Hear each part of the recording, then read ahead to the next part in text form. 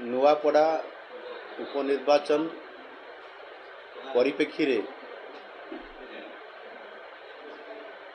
निर्वाचन पाई केंद्र निर्वाचन अधिकारी द्वारा ये घोषणा हैला परे एठी भारतीय जनता पार्टी तरफरु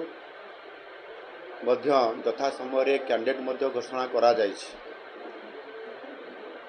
एणु ये निर्वाचन रे भारतीय जनता पार्टी केमिति आगामी निर्वाचन उपनिर्वाचन रे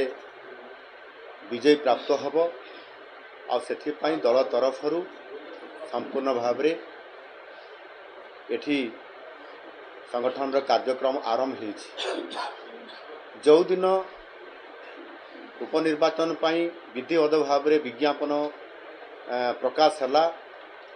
सही दिन सकाळे ही मु नुआपड़ा को मु आसीथिली जेहेतु मु जेते बेले ए नुआपड़ा को मु आसीथिली जेते बेले जिला महोत्सव नुआपड़ार गत एप्रिल मासरे हेतिला एवं से मारागुड़ा महोत्सव अवसर रे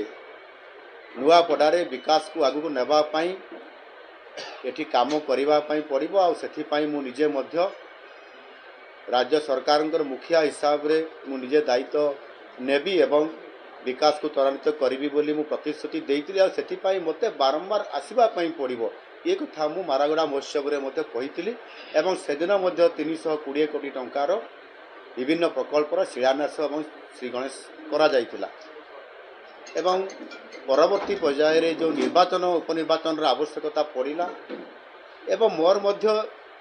ए जिला को आसीबार जो मु प्रतिश्रुति देइथिली जिलावासी को से आधार रे मु एठी जेते बेले उपनिर्वाचन प्रसंग भी आसिला एवं मोर प्रतिश्रुति अनुसार मु आसीबा पई जो कहिथिली सेथि पई मु एठी जो 6 तारिख रे मु आसीथिली सेथि पई 1101 कोटी टंकार जिलार विभिन्न प्रकारर उन्नयन मूलक प्रकल्प जो थे किसी शिलान्यास आउ किछि आमर उद्घाटनी थिला आउ किछि घोषणा थिला ये समस्त कथा को लेकर मुझे जिलावासी को मोर प्रतिश्रुति मुताबक से मुझे जिलार सर्वांगीन विकास करने से विभिन्न प्रकार प्रोजेक्ट गुड़िक घोषणा करी एवं निश्चित भाव में जितेबाला निर्वाचन आज आसी ये निर्वाचन परिप्रेक्षी रे भारतीय जनता पार्टी प्रति विभिन्न राजनीतिक दलर नेतृवृंद एवं भोटर भाई भणी माने आकृष्ट होकर भारतीय जनता पार्टी आड़ को से आकृष्ट होती एवं दल में सामिल होती एबे भी सामिल होती से परिप्रेक्षी रे आज एक मिश्रण पर्व थिला घोड़ा बेपार किए करे एवं जो माने निर्वाचन रे हतोत्साह हो जाती जो माने निर्वाचन रे निजर प्रार्थी को जितेबा पाई शक्ति जुटे पारती नहीं से माने जो दल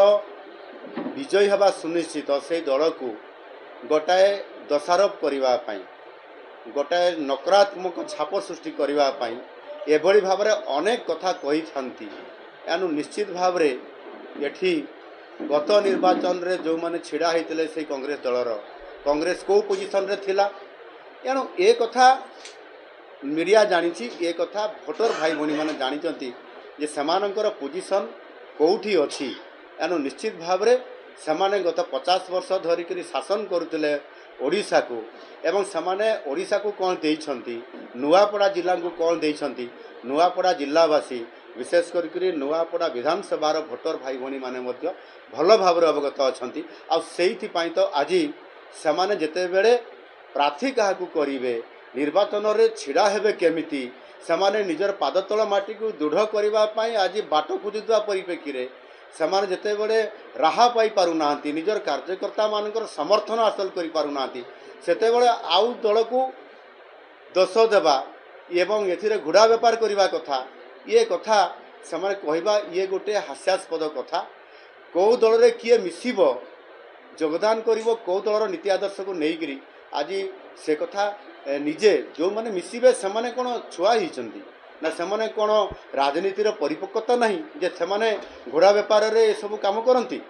ନିଶ୍ଚିତ ଭାବରେ ରାଜନୀତି ଏଭଳି ଏକ ମାନେ ଇଏ କ୍ଷେତ୍ର ଯେଉଁଥିରେ କି ନିଜେ ବୁଝି ବିଚାର କରିକରି ସେମାନେ ବିଭିନ୍ନ ଦଳକୁ ଯାଇଥାନ୍ତି। ଆଜି ଜୟ ଢୋଲକିଆ ଆଜି ଆମ ଦଳକୁ ଆସିଛନ୍ତି। ତାଙ୍କର ବାପାଙ୍କର ଯେଉଁ ବିଭିନ୍ନ କାମ ପ୍ରକଳ୍ପ ଗୁଡ଼ିକ ଅଧା ରହିଗଲା, ତାଙ୍କର ସ୍ୱପ୍ନ ଅଧା ରହିଗଲା, ତାକୁ ପୂରଣ କରିବା ପାଇଁ ସେ ଚିନ୍ତା କଲେ ଏବଂ ସରକାର ଆଜି ଅଛି ଭାରତୀୟ ଜନତା ପାର୍ଟିର ସରକାର ଅଛି। ସରକାର ସହିତ ସାମିଲ ହେଇକରି ବାପାଙ୍କର ଅଧୁରା ସ୍ୱପ୍ନକୁ ପୂରଣ କରିବା ଏ କଥାକୁ ସେ ଆଜି ବିଚାର କରିକିରି ପ୍ରସ୍ତାବ ଦେଲେ ଏବଂ ମୁଁ ଭାରତୀୟ ଜନତା ପାର୍ଟିରେ ଯୋଗଦାନ କରିବି ଏବଂ ତାଙ୍କ ପ୍ରସ୍ତାବକୁ ବିଚାରକୁ ନିଆଗଲା ଏବଂ ତାଙ୍କୁ ଦଳରେ ସାମିଲ କରାଗଲା। ଏଣୁ ହତୋତ୍ସାହ ହେବାଟା ନିଶ୍ଚିତ ଭାବରେ କଥା ଅଛି। ଆଉ ସେଥିପାଇଁ ଗୋଟିଏ ଦଳକୁ ବଦନାମ କରିବା ପାଇଁ ବି ଇଏ ଗୋଟିଏ କଂଗ୍ରେସ ଦଳର ପିସିସି ସଭାପତି ହୁଅନ୍ତୁ ବା ତାଙ୍କ ନେତୃବୃନ୍ଦଙ୍କର ଇଏ ହେଉଛି ଗୋଟାଏ ହୀନ ଚକ୍ରାନ୍ତ।